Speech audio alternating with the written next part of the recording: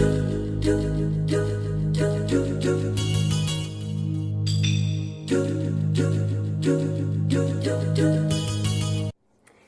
the last few, weeks, days, months, years, no, over the last week, I'd say, or week and a half, I've been getting more and more into the arcade scene. I've been doing more videos talking about different things. I showed you guys my arcade systems, been doing reviews for Neo Geo games, of which I've got another one coming up soon.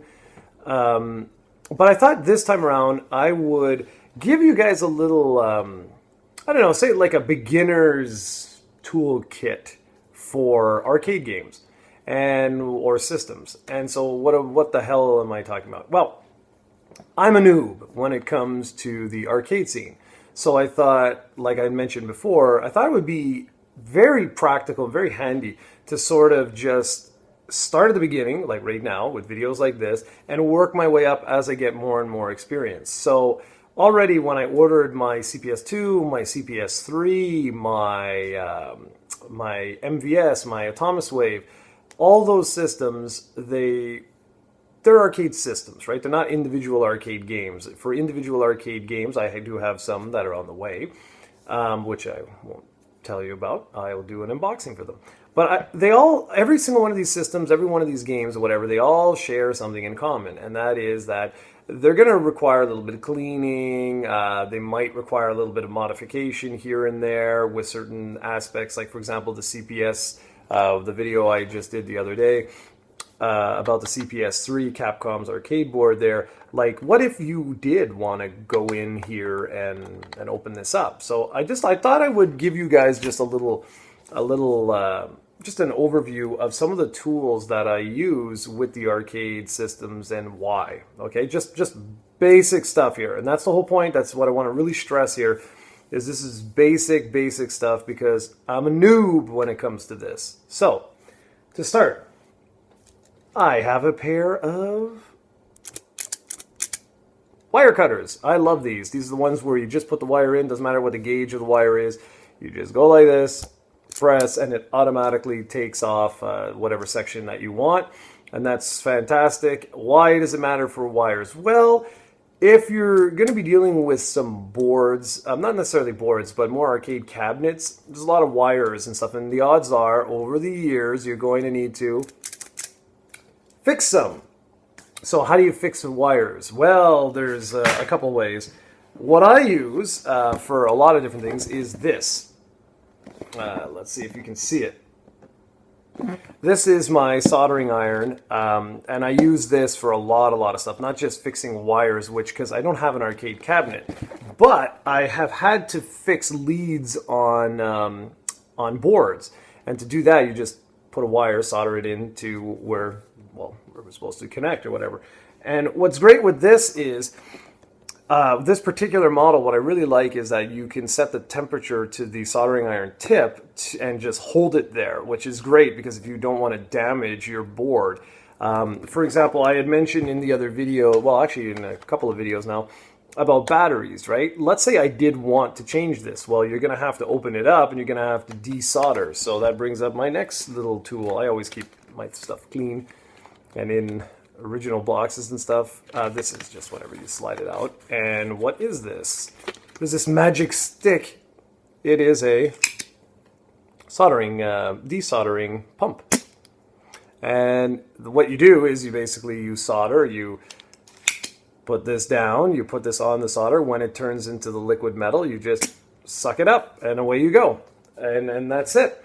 And it's pretty self-explanatory, right? It's a basic solderer kit, but I really like this particular model from Weller. I've been a fan of Weller for a while. I used to solder a lot more back in the day, so I was a little nervous there. I haven't used this in quite some time, but it comes back to you really quickly. And I will try and do a video showing you how to change the battery on a CPS2 board. I just haven't quite figured out how to set up the camera and all this. I don't have like tripods and what have you. Another thing that's very handy is a basic PC kit, which is one of these things. You can buy these for like next to nothing. Let me just somehow open this up without it falling all over the place. It's one of these things. Don't use this. This is a Omega cheap soldering iron. Let me just pull this out.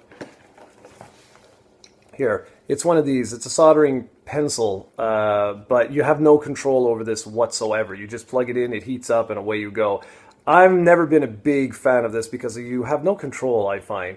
The tip can just, constantly heat up, go crazy. You can do it. I mean, you can go really, really slowly, just, like remove the solder that you want or solder on something. But I don't like the control of this. I've never been a fan of that. But it comes in most PC repair kits. It comes in, this is an anti-static bracelet. You wear this, clip this to a piece of metal, and it's whenever you're working on any type of motherboards, it's just a little bit of protection so that you don't get static electricity to fry the motherboard.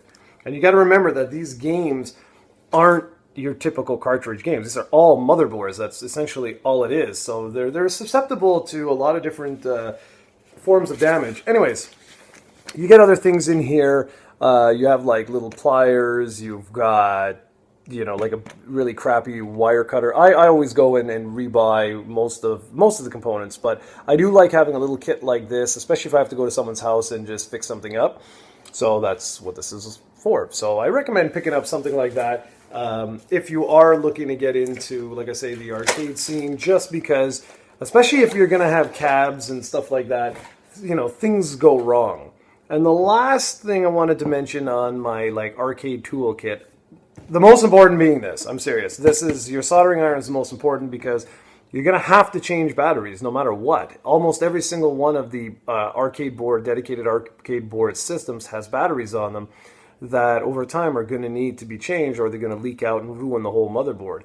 If you're a big fan of Capcom, all the CPS2 games, every single one of them has a battery in it. And every 5 years, well, give or take, you're going to have to change out that battery, or you're going to have to go and get the little, I forget what they're called. I forget what they're called. They're little chips on there. I don't know if it's Sims or DIMMs or whatever they are. You're going to have to go and get those flashed so that the security encryption basically goes away and you can play your games. So the last thing that I have, and this is the most important thing, seriously, especially if you're like me and you want your things clean, is this. Right here. See what that is? Yeah, that's right. Compressed air. I don't know why they say duster or whatever. All this is compressed air. And you're going to need this. There's no question about it. You are going to need this because the arcade boards you're going to get, 99% of the time, they are going to be disgustingly dirty. And while it's true, you can go the route of taking a Q-tip, putting a little bit of Windex on there, waiting for it to just evaporate a little bit, and then go to town on each one of the little circuit boards and things like that. If you want to get that anal, you can go ahead and do that, but you will never get all the crap out of there unless you go and you pick up some compressed air. So this is an absolute must if you want to get into collecting arcade boards or just anything with computer repair or whatnot. You're going to absolutely need this. Now, there are a few other things which I haven't mentioned. For example, here, you see this, can you see that? It's not going to focusing on my face, but there's a game bit there is what everyone knows it as. But this is not your usual bit, and you're going to have to do research on that because every single type of arcade cartridge like this, most of them, they will have their own individual arcade bit. Some of them are game bits, sorry. Some of them will be like the NES cartridges. Some of them will be a proprietary thing.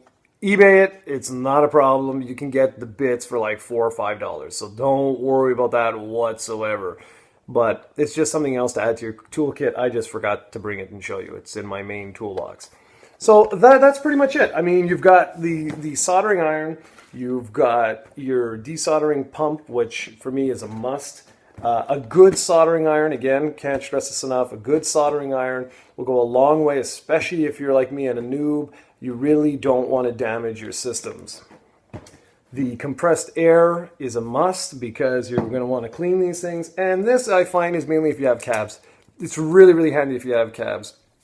And the old PC repair kit, just some generic PC repair kit, just so that you know, you might have things on this that you just haven't thought of, like I said, like little pliers and things like that. It's just handy to reach in and grab little things that may fall, or like little screws that might just, you know, ding, ding, ding, fall out as you're unscrewing something. So yeah, that's it. Just a very quick little overview of my arcade toolkit that I'm using right now. And like I say, I have no experience whatsoever. I'm just getting into it, and right now I find that these couple of pieces are more than enough to tackle any job that I've been working on right now. So thanks for watching, everyone, and I'll be back soon with another wacky video.